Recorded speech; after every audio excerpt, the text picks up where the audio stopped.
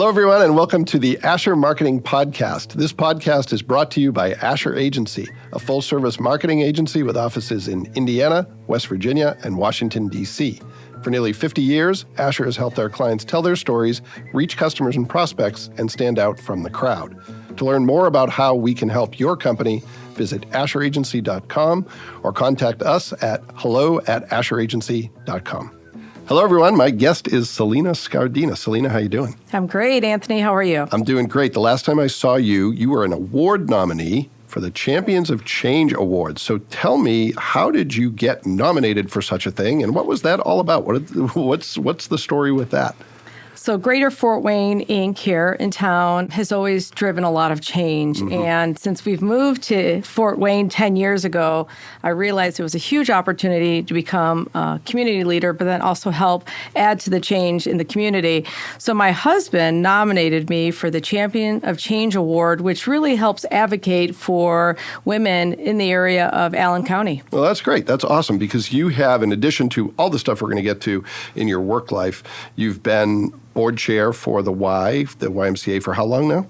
I've been part of the Y for almost 7 years and a board chair for the last 2 years. Okay. All right. And you're involved in some other nonprofit work too, correct? Yeah. Previously, I was part of the WBOI public radio here, and I served on that board. Historically, I've worked for years on the Society of Consumer Affairs Professional Board of Directors, which is an international organization.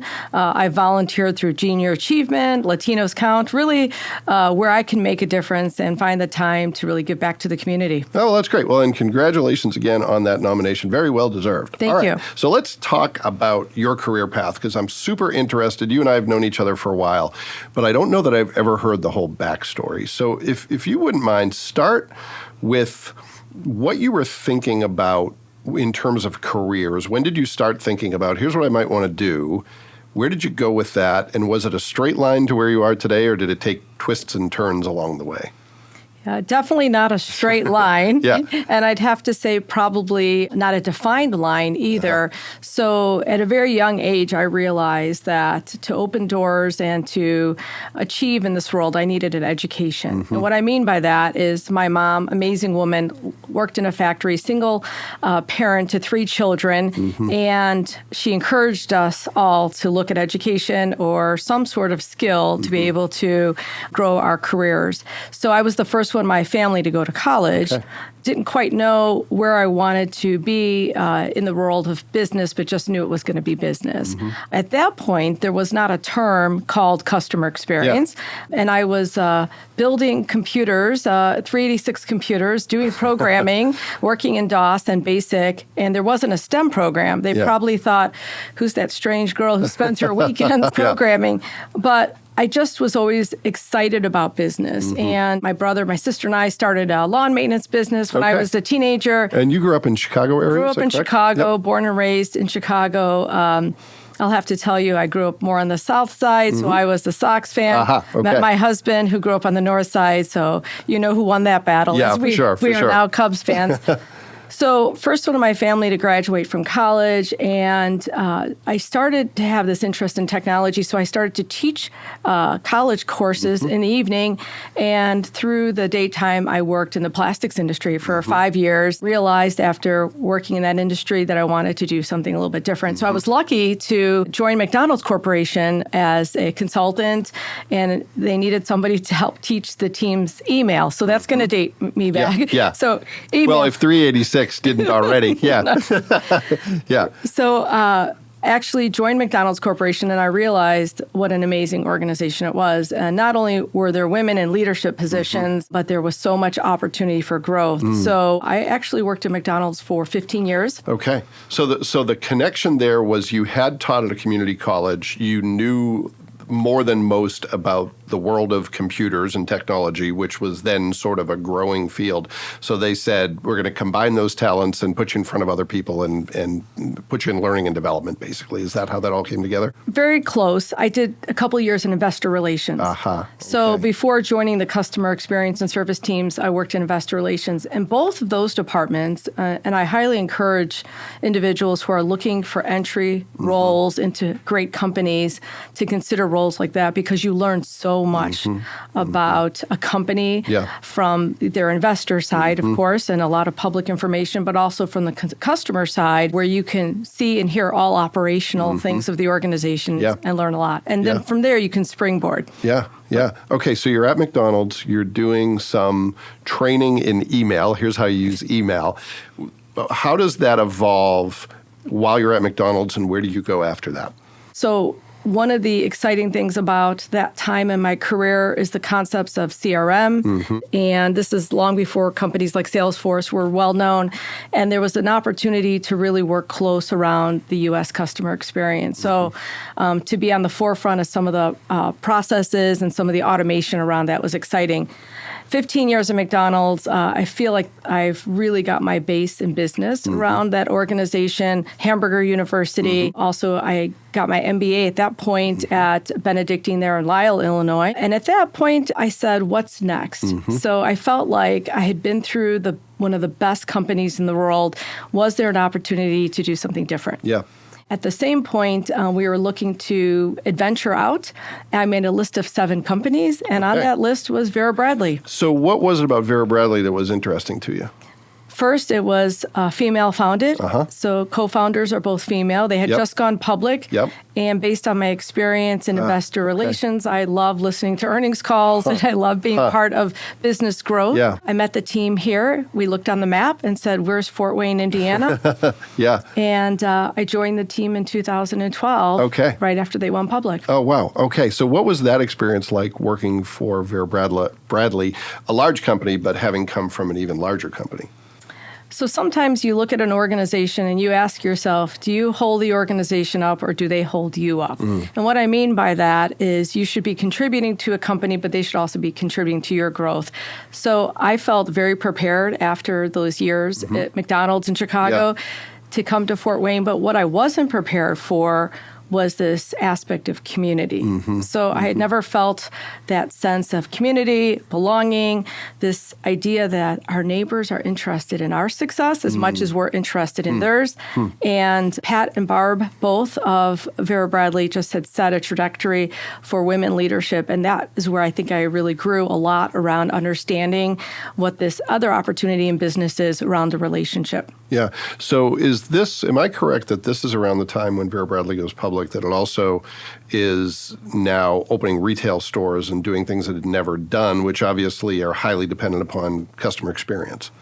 Yes, that's exactly the time. And so the similarities between McDonald's and Vera Bradley at that time, think about it, are very entrepreneurial, risk-taking, doing things that have never been done in the marketplace, right? Challenging what others are doing. So that's what really intrigued me about being in that company. Yeah, okay. So how long are you at Vera Bradley and where do you go from there? So I was at Vera Bradley for about 4 years, and then I got a call from this organization called Sweetwater Sound. So my thought was, if I left Vera Bradley, I would probably leave Fort Wayne because I wasn't as familiar with the opportunities. So I got to meet Chuck Sirach, John Hopkins of Sweetwater Sound, and I said, look at this amazing organization just literally on the other side of town.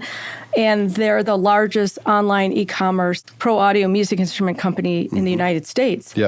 And they had this incredible focus on service and as a business driver. So I got to meet the organization there. I was lucky to join their team as the first female executive, as SVP of customer experience. And I threw myself into learning everything I could about this technical industry of pro audio. Now, did you have one of the things, I don't know a lot of people who work at Sweetwater, but almost everyone I know comes from a music background. Did you have any of that, or was that all brand new to you? I'd have to say about 15 years of poor piano playing skills. But both of our children play piano. Our son, who's 26, continues to play today. But the great thing is that Sweetwater offered Sweetwater University. And so I took the 3 months of Sweetwater University, learned everything I could. I could probably sell you most audio equipment here in this room, and really try to understand what the Sweetwater difference was. And it was an incredibly special company, highly dedicated to customers.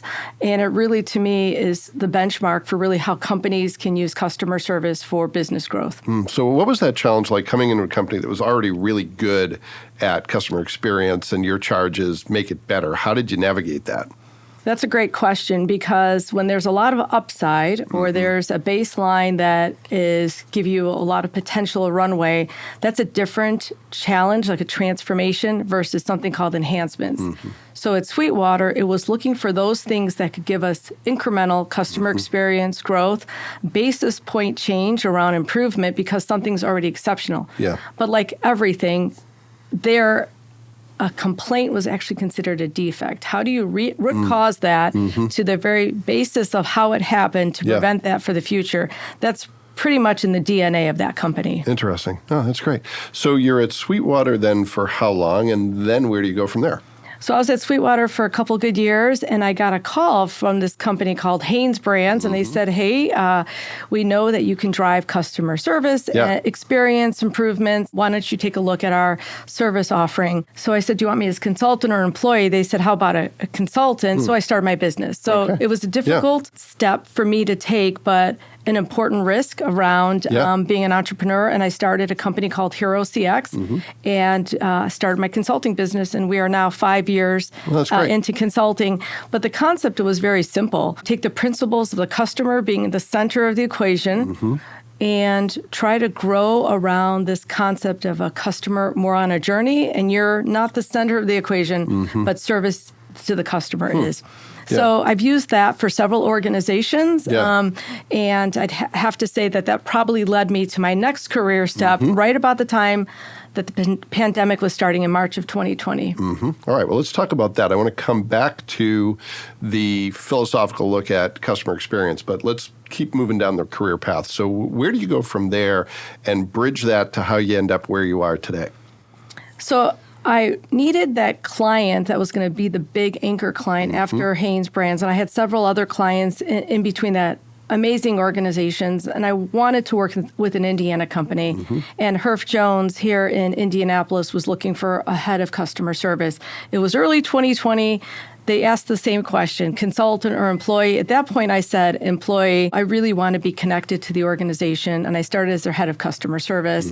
The great thing is they had operations around the U.S. I got to get more of my operations chops, which I really missed from my plastics industry. And then eventually led a lot of the ERP design for a lot of their facilities, got back into a lot of the technology, and then was promoted to Chief Customer Success Officer. So I thought that would be it for a bit. And then you got a phone call. Then I got a phone call from the Secretary of Commerce for the state of Indiana, Brad Chambers, and he asked if I would be interested in telling the Indiana story, partly because my husband, myself, our 2 children have been beneficiaries of the state in terms of how we've grown our careers. I didn't mention my husband is an engineer at Zimmer Biomet. I have one Purdue grad from Fort Wayne. We're working on the other. And I said, thank you, sir, but no. He gave me a call back a few months later and said, would you consider telling this Indiana story? And I said, I think I will. So it's been about a year of working with the IEDC, Indiana Economic Development Corporation, and I realize now that just as what brought me to the state around this idea of community and other success, now I'm challenged around telling the story with my team that brings more opportunity to the state of Indiana. So it's been incredible the past year. Yeah, well, that's quite a journey and definitely not a direct line. No. So tell me a little bit, for people who might not know much about the IEDC, what is the organization, what does it strive to do, and what's your role in that? So the IEDC is essentially the organization that is in the state that's charged with growing the state's economy. But that's kind of complex if you think about it, because that includes attracting workforce and talent. That includes helping our current businesses expand and grow in the state. And it also includes growing the awareness around the opportunities in the state. When the secretary joined, he created this vision called the 5E vision, right? So that is essentially the 5 E's around his strategic plan. So that includes everything from our built environment, the economies of the future and what that looks like, entrepreneurship, also energy transition, and then the 5th E being external engagement. And I'm pretty sure I got those out of order if he happens to listen to this.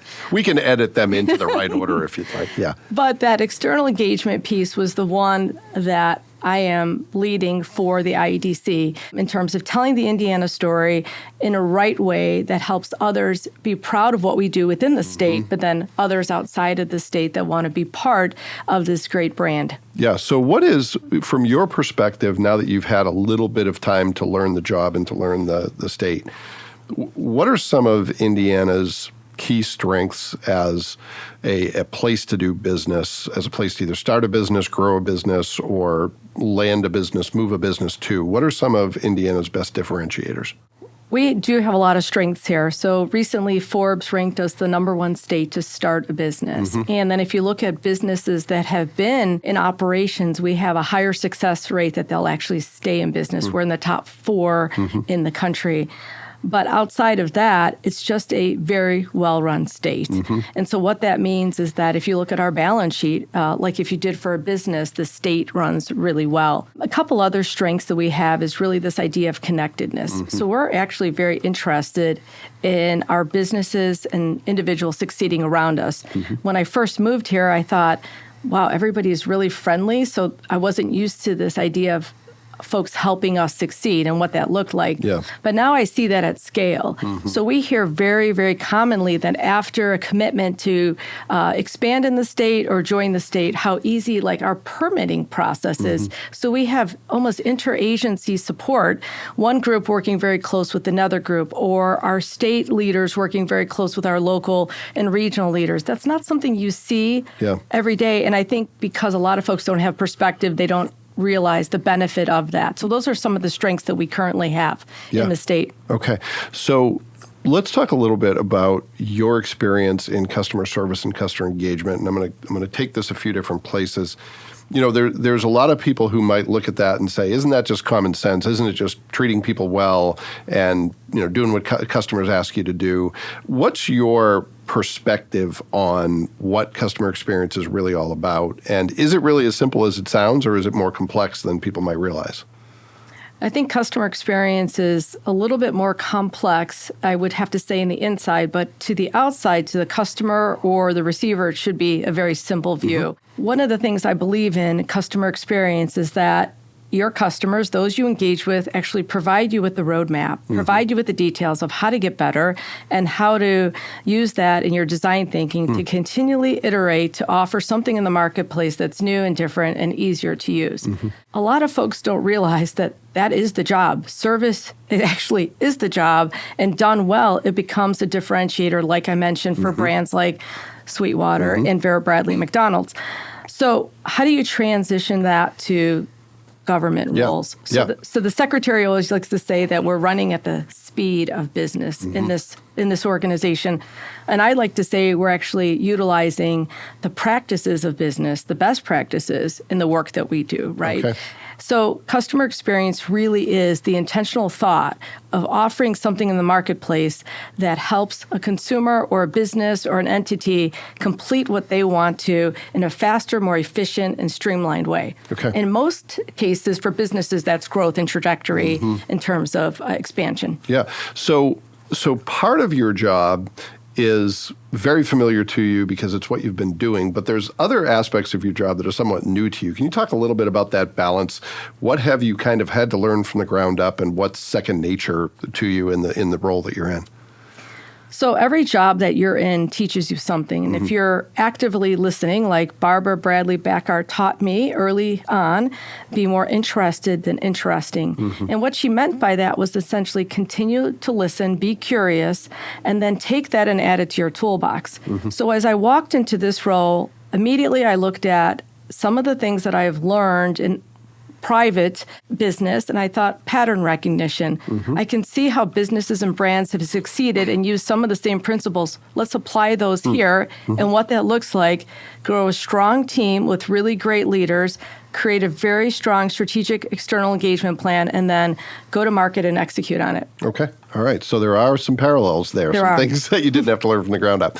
So what are some of the things specifically that you've been spending your time on that are either top of the to-do list, keeping you up at night, making you excited, maybe a combination of all those things? The things that keep me up at night are the things that I think I understand because I have that perspective, but the Indiana story is an untold story. When I moved to Fort Wayne, I remember telling someone this is the best kept secret in terms of cost of living, discretionary dollars available, the connectedness with my neighbors, but it goes bigger than that. So if we have individuals, for example, that attend one of our 36 colleges and university, or Ivy Tech, our largest community college system in the United States, and they don't recognize while they're here how they can then stay here, that's what keeps me up at night. We're not telling that story. When we've done our research and our perception work, for the most part, there's not a negative attribution to Indiana. It's just an unknown. So how can we take what we're doing really well and essentially market it to tell that story? Yeah. Well, it's funny that you mentioned at the outset, you were talking about the opportunity in Fort Wayne, saying, where's Fort Wayne? I say this jokingly. Growing up in Massachusetts, when I, decided that I might be moving here, first thing I did was got out a map, and I was like, where is Indiana? It's a state that is hard to explain the benefits of if someone hasn't lived here. You have a lot of friends back in Massachusetts, and they don't really get it until they come here, and they're like, oh, your life is just way easier from a cost of living standpoint, from a commute time standpoint, from, just the quality of life aspects. And I don't know that people appreciate that until they understand that it can be better than maybe where they are today in larger urban areas. And obviously larger urban areas have their benefits, and Indianapolis is one of the largest cities in the state. But just the variety in Indiana, I think, is a selling point too, because whatever type of lifestyle you're looking for, as long as it doesn't involve a coastline, it's probably available to you here. Well, we do have the coastline up at the Indiana Dunes. That is true. That is true. So, yeah. And that's the piece that I think is untold. When we looked at some of the research, with lack of perception or telling the story, individuals just fill in their own story. They might say, oh, the weather's bad. Really, I think I used my snowblower once or twice this last year. The weather's very mild, right? Or, the commute time you brought up. I calculated the other day in 1 year how many hours I got back in my life by not being on the road driving. And even my drive to Indianapolis, once I'm in Indianapolis at our second home, I spend less time on the road there than I would typically in an average year. So I think there's a huge opportunity to just tell the story in the right way, but we're heads down. This term humble Hoosiers has come up a couple times. We're heads down. We're quiet, high performers. We're getting the job done. We're running our state really, really well. But we need to take a minute and kind of write our report card on that out to the rest of the United States and the globe to know what the opportunity is here. Yeah. So in terms of other projects you're working on, you just came off a busy weekend, I'm sure, with the Indy 500. What's your involvement in that? Motorsports obviously is a critical industry for Indiana. Is that something that's a lot of intensity, a lot of work on your part, or is it maybe a less of a priority along the way? So I'm just going to preface this, Anthony, with hard work is part of probably every job. If you're looking for a great job with purpose and you want to be comfortable and convenient, sometimes you have to actually do a little bit more than what's required to tell that story. But the results are amazing when you do. So this was my first Indy 500. That I attended, and I'd have to say I was overwhelmed by the number of people and the almost alignment around the state. There's 300,000 people. I heard this was one of the top record attendance in the top 5 since the history of the race. This was the 107th running, and if you could see the camaraderie and the excitement, this almost joined enthusiasm. It was just incredible being there. The IEDC specifically looks at this time as a moment to showcase all that we do in the state. So from visitors and potential business attraction, we're essential to really making sure that folks know this Indiana story. Have you been to the race before? I have not. Okay, you need to put that on your list, especially because you are now here from Massachusetts. Well, a lot of people have told me that, and to your point, it's certainly motorsports industry, but there's a hospitality industry aspect, there's a technology industry aspect, and a lot of supporting industries that both benefit from the race being in Indiana and who help make it what it is, that are sort of underappreciated. But seeing that firsthand, I'm sure, is pretty interesting. Had you been before this year? Was it the first time you'd been? Well, this was the first time that I attended, and partly because it was just an unknown. Oh, sure. Yeah. We're huge motorsports fans, right? So we have been to Le Mans races. Okay. We've been to other races. We watch a lot of Formula One, now Formula E, now with the Indy Autonomous Challenge. But what's interesting about the motorsports industry, it is highly technical. And there's innovation that happens in this industry that then transfers over to aviation, to defense, to other industries. Most of that was grown here in our state. I mean, we have an incredible legacy of racing and innovation around that. Did you know that the fuel pump was actually designed here in Indiana? I had no idea. And there's probably hundreds of more patented and innovative things that just come out of the motorsports industry just in the last few years. It's pretty incredible to see that. Plus, the cars go really fast. And plus it's fun. So with that now in the rearview mirror, so to speak, what's ahead? What are some of the things you're looking at that are on your plate in the near term that are big projects that you're trying to move forward with your team? Telling the story in a global and U.S. and local way is an important piece. So we're looking at Indiana as a brand, and a great brand deserves great branding. So in 2022, we had the Global Economic Summit, and this was attended by over 300 different organizations across multiple countries that were interested in understanding Indiana as a thought leader and convener of the economy, essentially, around a summit with that. It was so well attended. We're getting very, very excited about what we're going to do in 2024 around this. Also, we have several different events planned across the United States in terms of telling that story. One of the things we're very excited about, we do a partnership with the IBJ where we go around the state, and it's called the Engage Series, and we share kind of our momentum and our wins locally, combined with what that area of Indiana is also celebrating. So that's extremely exciting. But one of the things I get most excited about is the READY opportunity. So if you're not familiar with READY, essentially it is investment across 17 regions of the Indiana state, up to $50 million in each region for quality of life and quality of place initiatives. With the public-private philanthropic match, that $500 million has turned into $8 billion. Oh, wow. Well, our legislators have agreed to allow the IEDC to do this yet again. So we have another $500 million coming out that will be another $8 billion in match. Think about the trails, the parks, the YMCA, the skill readiness programs. Very, very excited about READY 2.0 and what that will look like. Well, and it's such an important piece because you can have all the business development in the world, but if you don't have that quality of place, people won't want to live here, and they'll want to take their business elsewhere. So it's really, I think it's prescient to say, okay, we're going to attend to the economic side of it, make sure there's good jobs, make sure there's job growth and business growth, but also when people are off the clock, that they have a great place to live and they're not being attracted, to move to another state because of quality of life. Yeah, and if you didn't know that quality of life is here, and if you didn't know the type of jobs that we're attracting, so we're very, very deliberate in the companies that we attract, and it's probably a little bit of a myth around the IEDC in terms of the businesses that we go after, but we do have essentially what we call a deal scorecard where we go through and we decide what is this business and do we want them and track them in the state. So this is why the economy of the future is so important. But when we attract those roles and those types of jobs, what that means to Hoosiers is really more money in their pocket. So I'll give you an example. Of the 28,000 jobs we attracted or grew this last year, that average wage of those jobs means that those Hoosiers will have $1,000 more each month in their pocket. Wow. So that could be life-changing for sure. or trajectory-changing for several individuals, who attain those jobs. Yeah. That's a great story. So now you just have to tell it. Yeah, that's right. Yeah. That's right. All right, well, let's pivot to some more quick-hit questions, and these will recap some of the things we've discussed.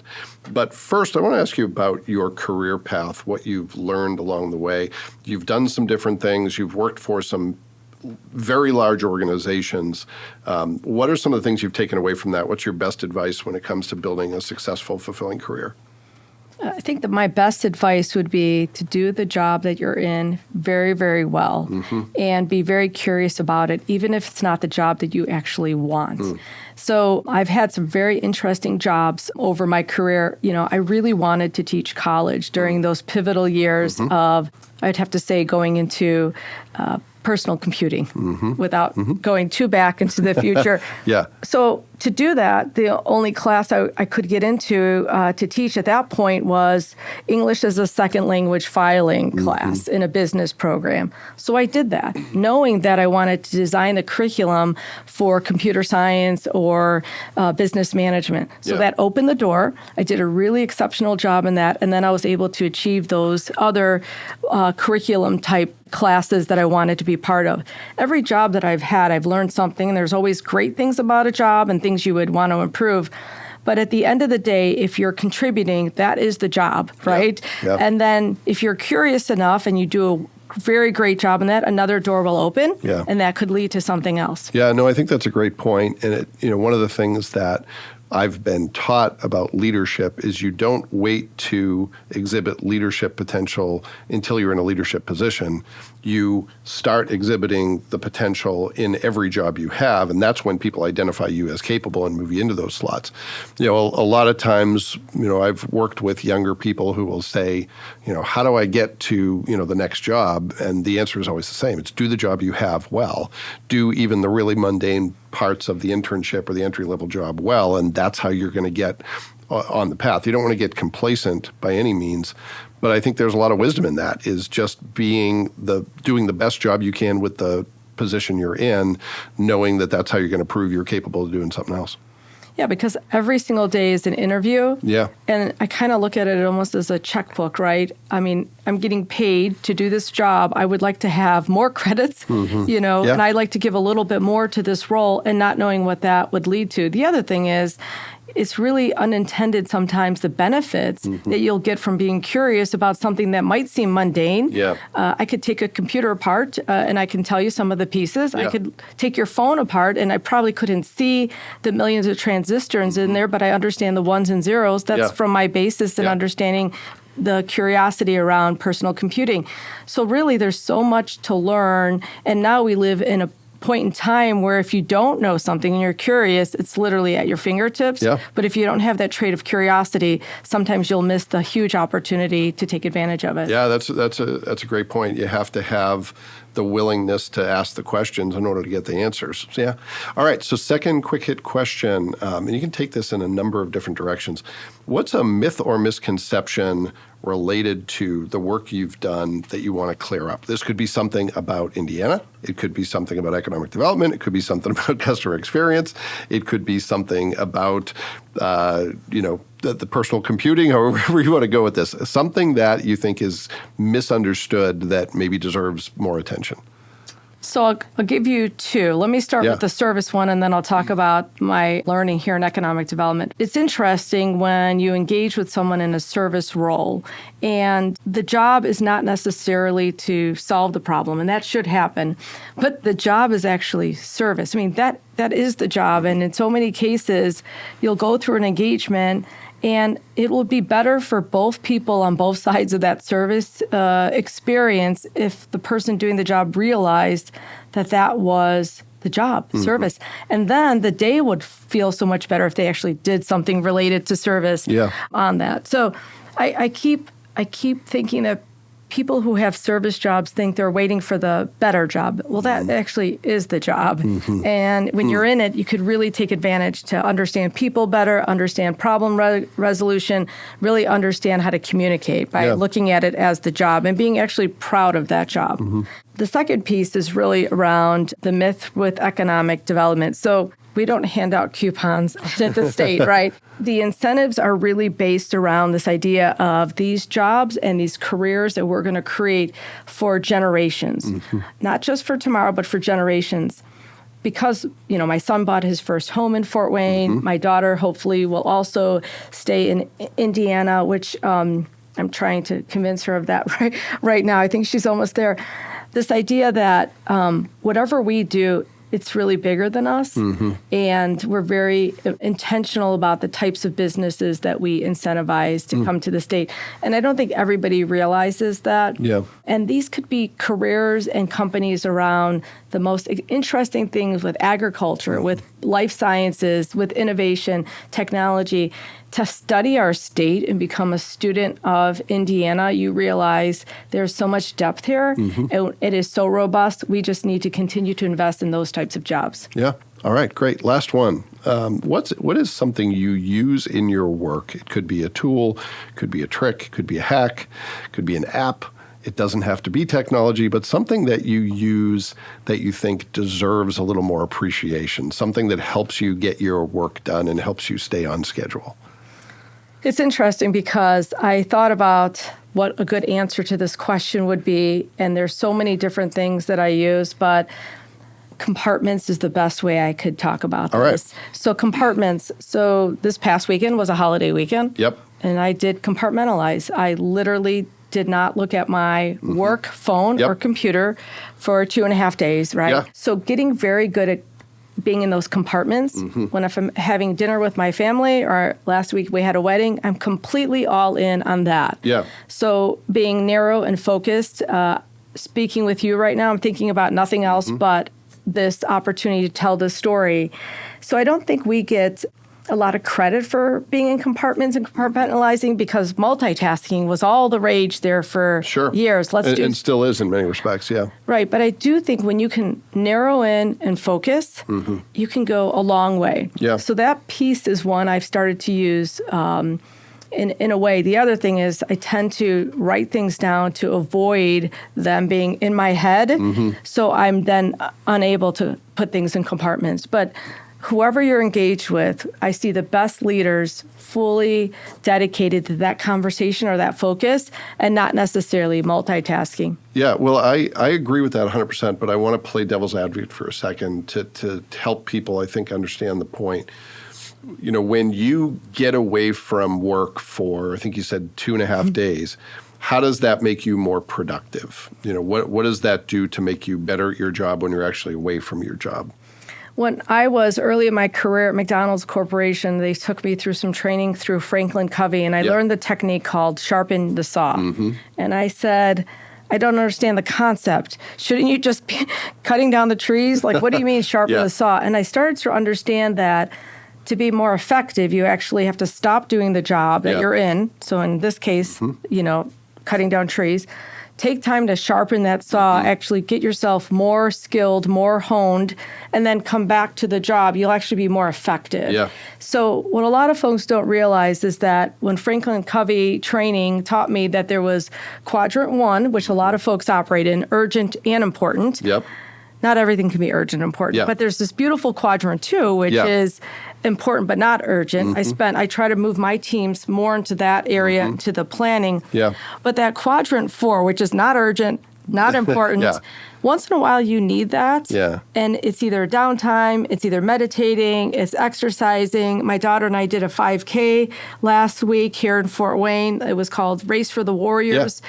They shut down the airport runways, and we were able to run on the runways. That was amazing. I know that there's probably a million things I could have been working on, but at that moment, that was my sharpen the saw. Yeah, well, and it's a cliche, but it happens to be true that I find that one of the best ways for me to solve a problem is to get away from the problem and go do something else. And then almost without exception, it might be an hour later, it might be 5 hours later, that an idea comes to me, or sometimes I realize that it's not as important as I thought it was, and maybe I should do something else entirely. Yeah, just stepping away from that makes sense. I used to do that when I would try to learn a song on the piano. So I can't read music really well, and I would struggle. After I would walk away from the song and I would come back, I felt like I could play it much easier. It's the same concept of that sharpen the saw. Yeah, for sure. So that's the advice, is sometimes when you have a problem and you can't figure something out, get away from it for a little bit and then come back, and maybe it will have figured itself out for you. All right. Well, Salena, I really appreciate it. Thank you. Thank you so much for doing this. Thanks for all the work you do in the community and with the IEDC. We appreciate having you on as a guest. Thank you so much. Glad to be here. And thanks to everyone who took the opportunity to listen to this episode of the Asher Marketing Podcast. We'll be back next time with another great guest, and we hope you'll join us then.